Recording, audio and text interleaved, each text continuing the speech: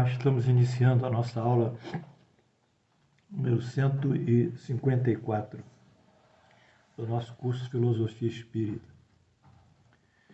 Nesses blocos, últimas aulas, temos analisado a posição de Saulo, que não lhe permitiu, em razão de uma série de atitudes que ele tomou e comportamentos, enfim, o seu curso de vida não permitiu que ele se ajustasse ao processo sincrético do judaísmo ao cristianismo, formando uma religião sincrética judaico-cristã. Esse processo sincrético já tinha sido proposto por Jesus de uma forma indireta, quando ele disse claramente que ele não veio, não penseis que eu vim destruir a lei e os profetas, eu vim cumpri-lo.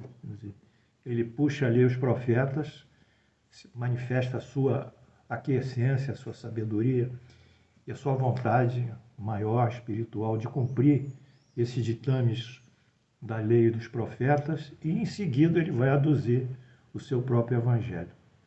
Paulo não seguiu Jesus. Isso, de fato, deveria ter ocorrido, porque quando ele estava na espiritualidade, antes de encarnar,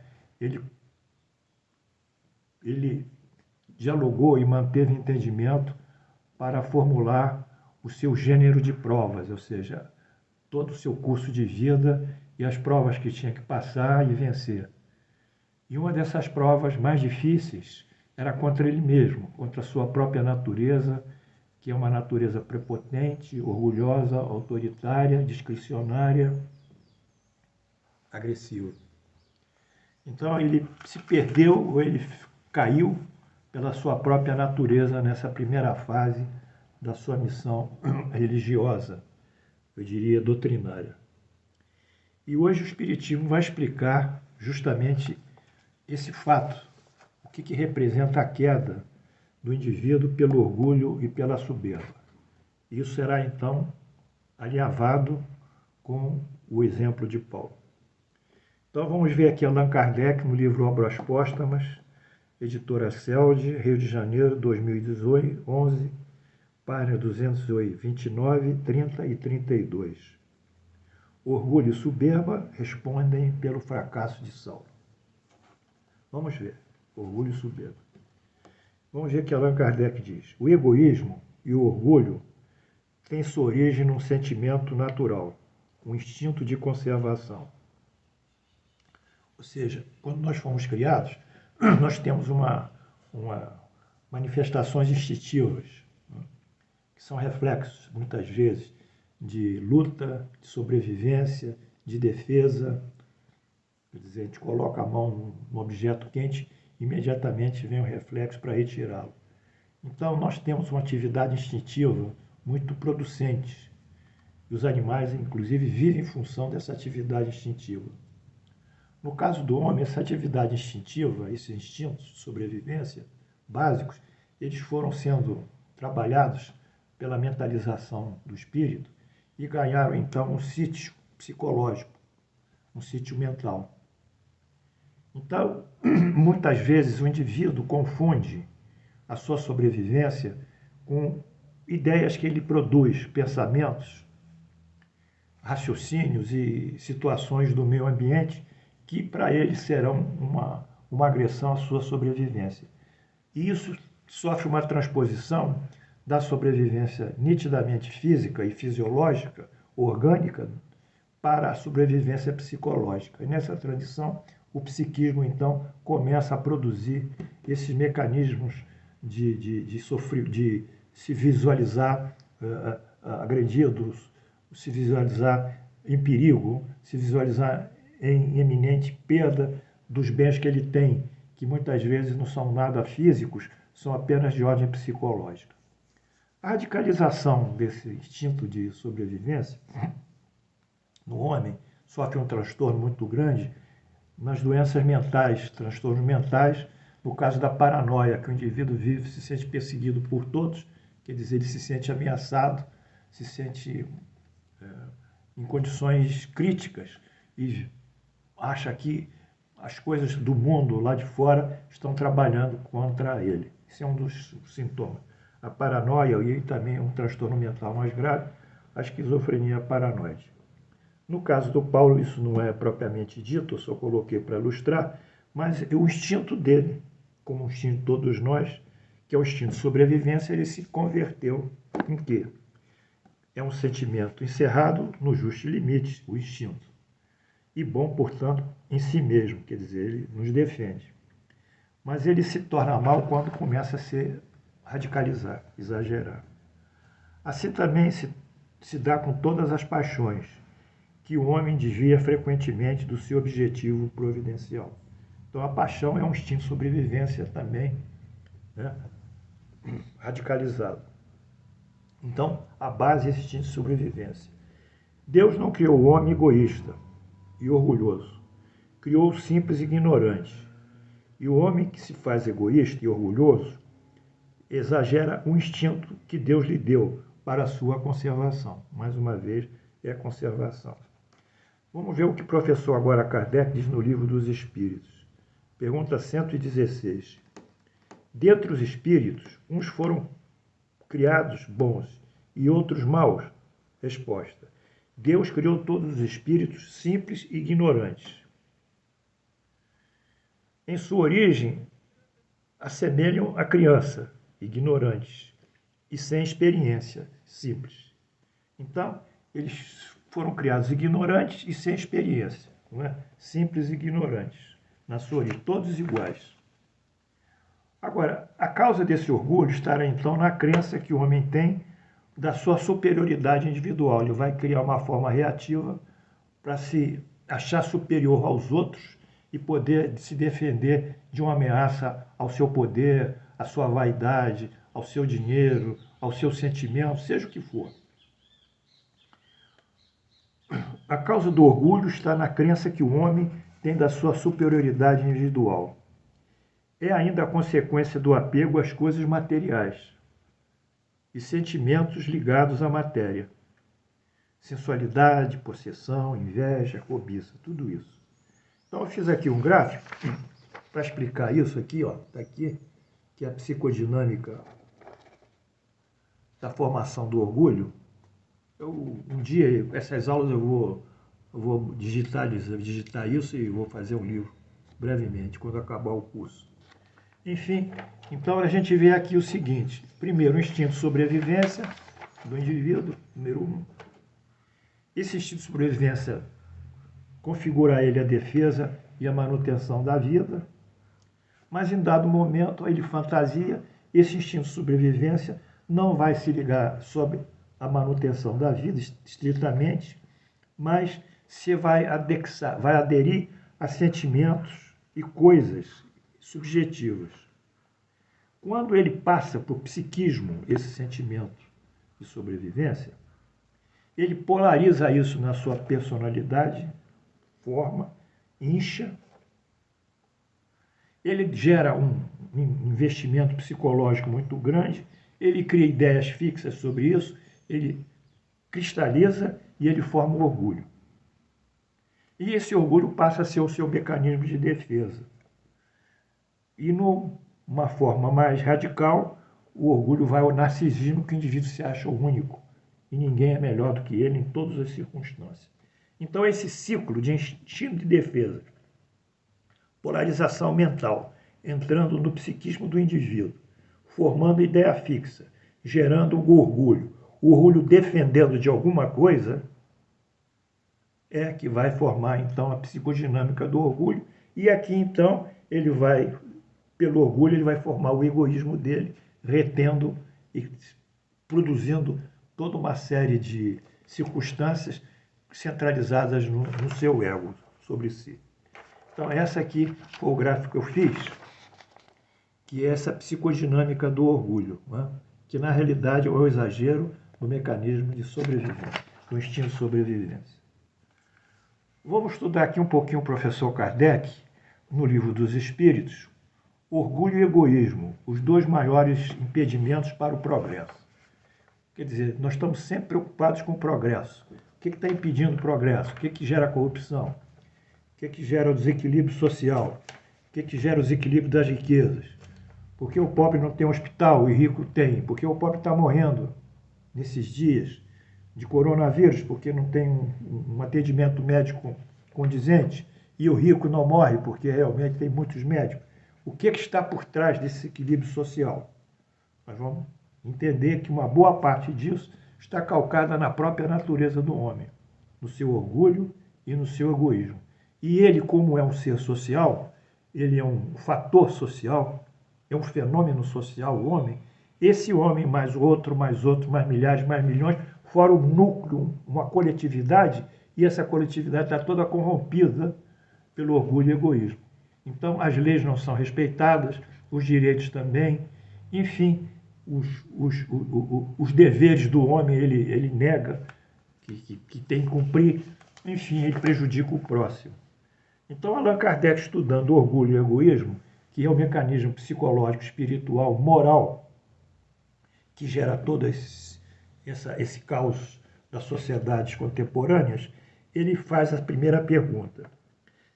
Pergunta 785. Qual o maior obstáculo do progresso? O orgulho e o egoísmo. Responde o espírito. Falo do progresso moral, pois o progresso intelectual está sempre se realizando. Mas se não tem a moral, não vai ter uma qualidade de vida, né? Pode ter todas as máquinas, toda a tecnologia, mas a sua vida vai ser sempre uma frustração.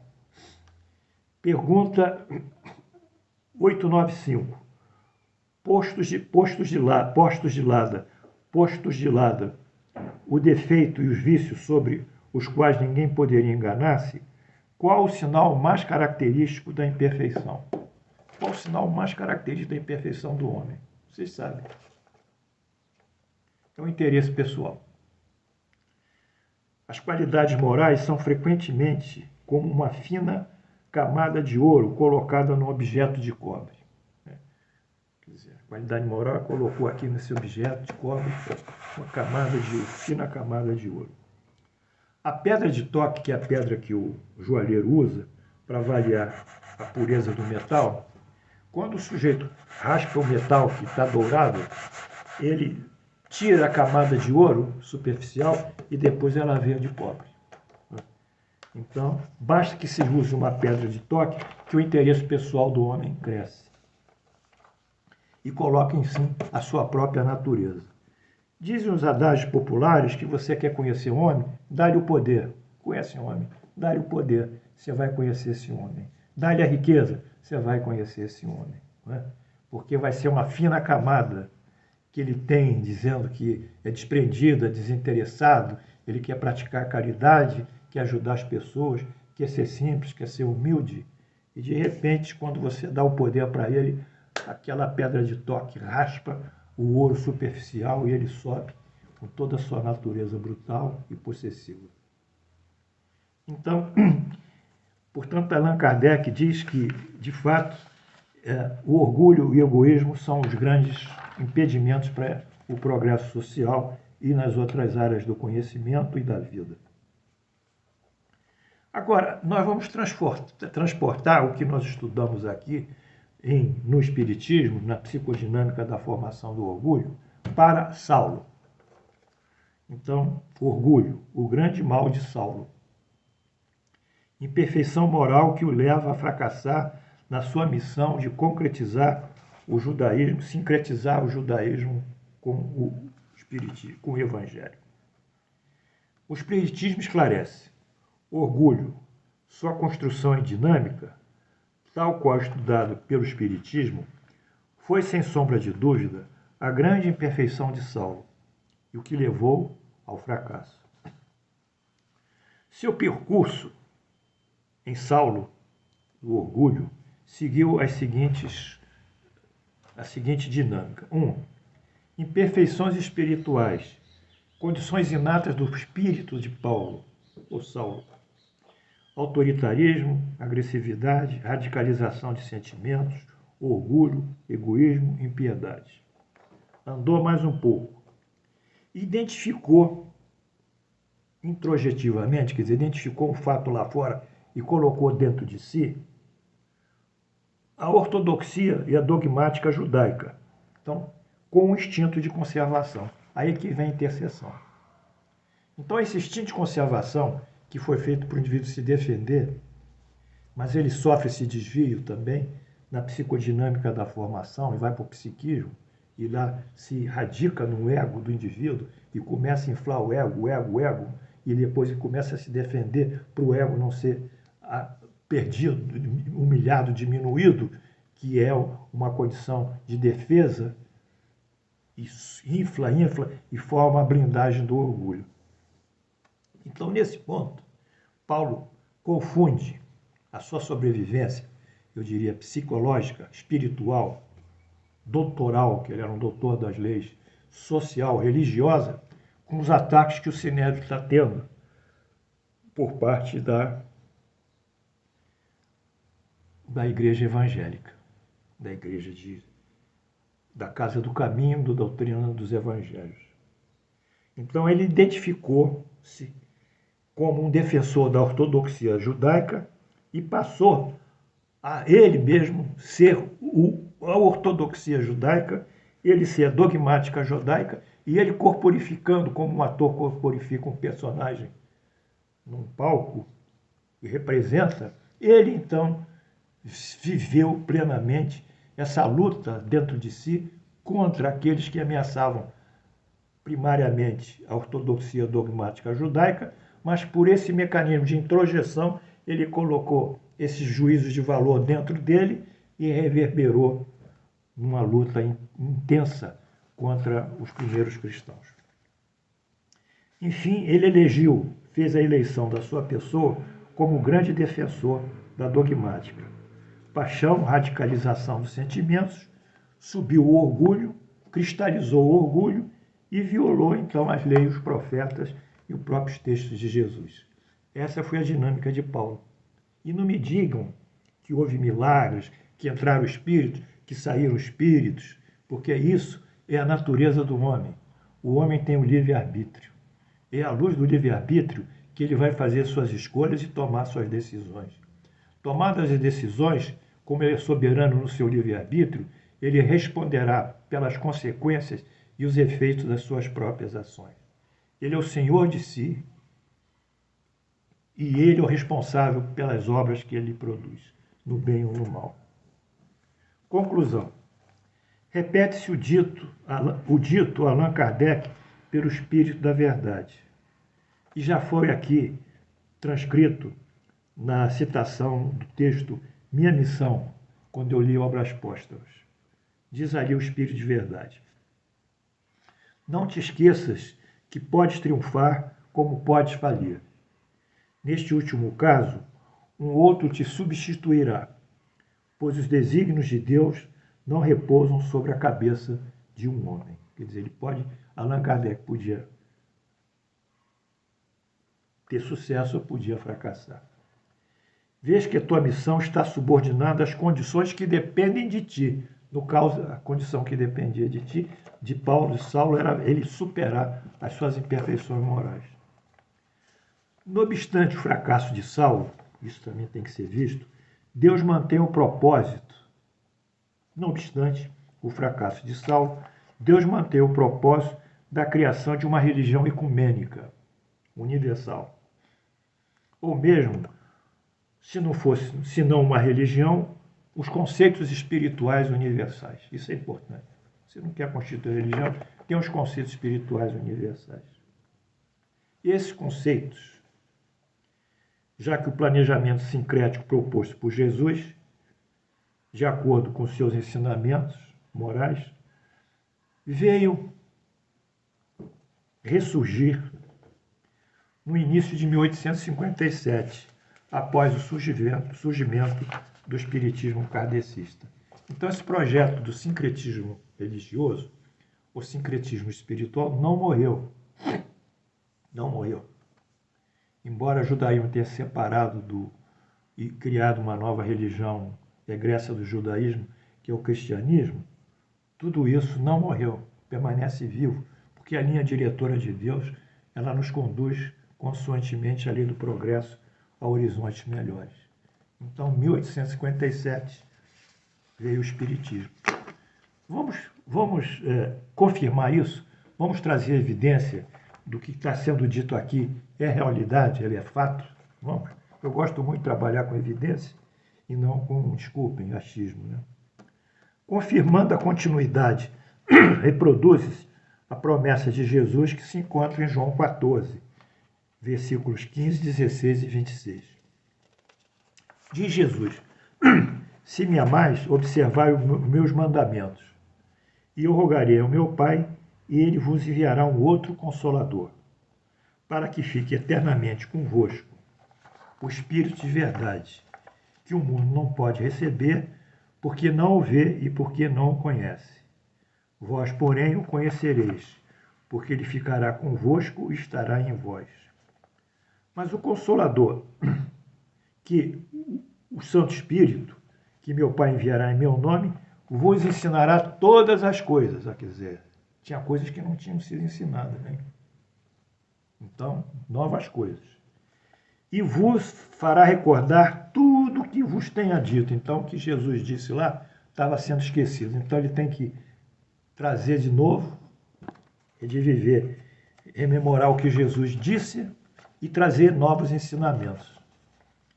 Isso está em Allan Kardec, o Evangelho segundo o Espiritismo, editora Cel de 2000, página 196 e 197.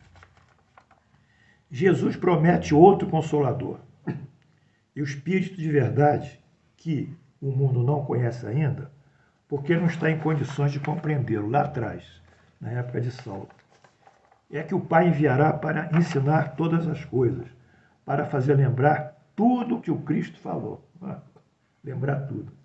Portanto, se o Espírito de verdade deve vir, mais tarde, ensinar todas as coisas, é porque o Cristo não disse tudo. Está claro? Ou não disse todas. Se ele vem fazer lembrar o que o Cristo ensinou, é que suas palavras foram esquecidas e mal compreendidas. Aí é verdade. Aí assinala o professor Kardec. O Espiritismo vem na época determinada, lá por cima, por Deus, cumprir as promessas do Cristo, lá atrás, ainda em Jerusalém. O Espírito de verdade, que está em João 14, o Espírito de verdade preside ao seu estabelecimento, ele relembra aos homens a observação da lei, ele ensina todas as coisas, fazendo compreender o que o Cristo só nos transmitiu por parábola.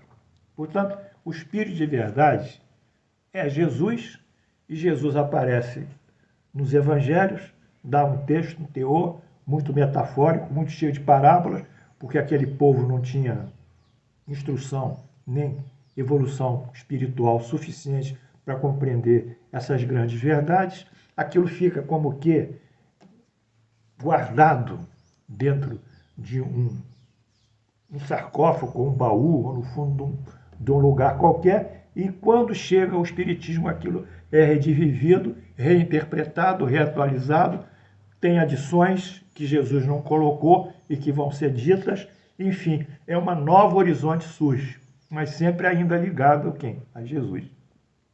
Portanto, não há incompatibilidade entre o Espiritismo e o cristianismo, no sentido dos evangelhos de Jesus.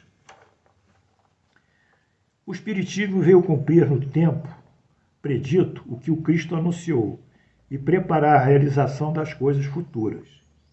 Ele é, portanto, obra do Cristo, preste atenção, hein?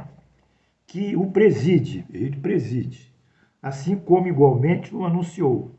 A regeneração se realiza e que prepara o reino de Deus na terra. Então, o Espiritismo é uma obra de Jesus. É incrível, né? É incrível, meu Deus. Muita gente não sabe isso.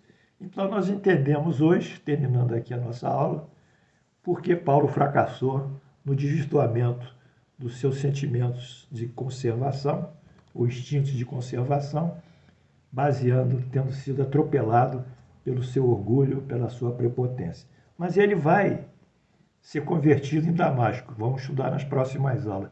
E tudo isso aqui que ele fez de errado, ele vai se arrepender e vai reparar com seu esforço inaudito. Eu agradeço a todos vocês, flores, e que Deus nos abençoe. Amém.